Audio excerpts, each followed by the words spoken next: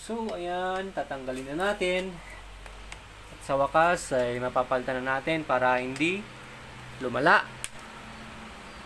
Okay.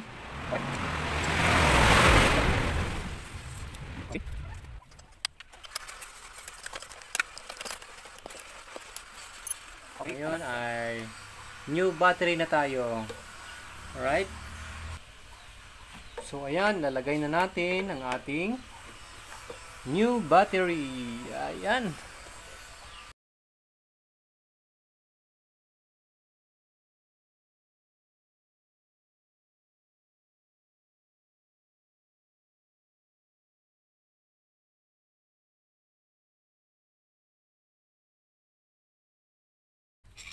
So, okay na yung ating negative, yung positive naman natin. Okay, pero bago yan, start natin at check natin yung charging ng ating regulator. Okay. So, nagawa rin natin to nung last na video natin, pero kahit na, ilagay din natin, check din natin. Okay.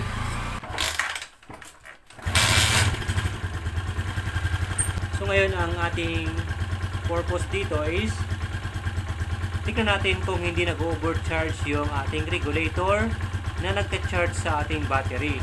So, hindi pa nakakabit yung ating positive na terminal galing sa ating regulator. So, ngayon, lagay natin sa negative itong ating test probe. Ayan. Tapos, sa positive naman yung isa. Okay, set muna natin. Ayan.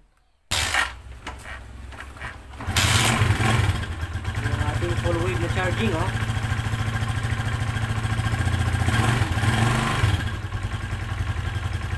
Nalis.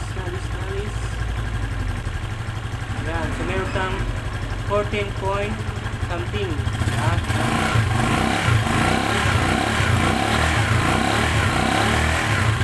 13-14 lang siya.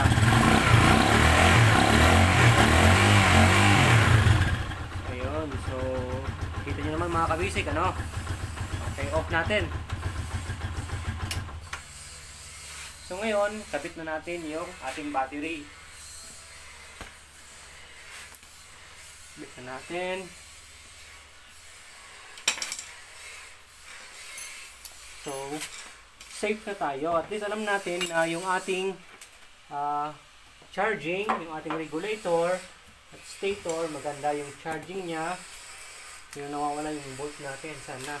Ito. Ayan. Na okay sila. Ayan.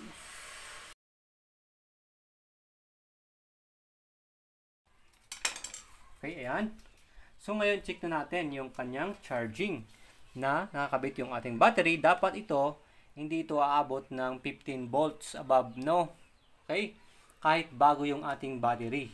Okay? Kasi sinasabi ng iba, pag bago daw yung battery mo, kalalagay, is papalo talaga yan ng 15 volts. Hindi ako naniwala doon mga ka-basic.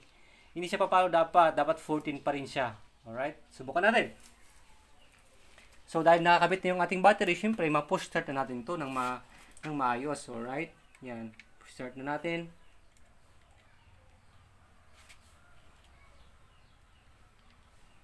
Yan.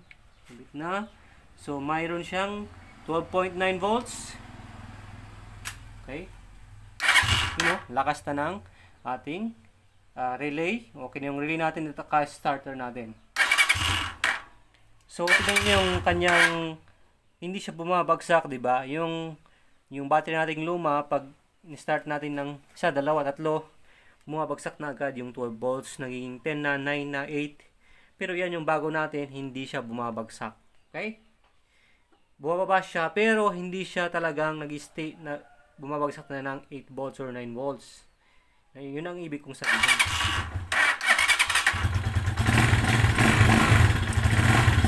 You know, diba? Okay, yung idle niya 13.2 volts. Okay. So ngayon is i-kuha natin, i-accelerate natin.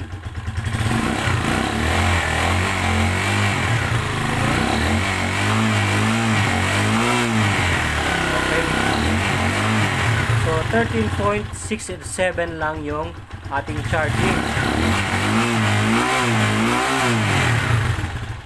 Okay. So yun, ganoon lang mga kabisig, oh. Hindi siya papalo ng 15 volts. Hindi pa nga siya umabot ng 14 volts, di ba? Pero siyempre, depende yan sa stator mo. Okay? Kasi iba-iba naman yung stator ng motor natin, mga kabisig. Okay?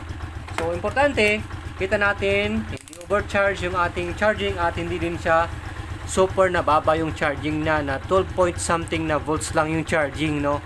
Pag ganon, check mo na rin yung stator or yung regulator. Baka may problema na. Okay? So, yan na, oh. Ganda na yung ating motor. Alright?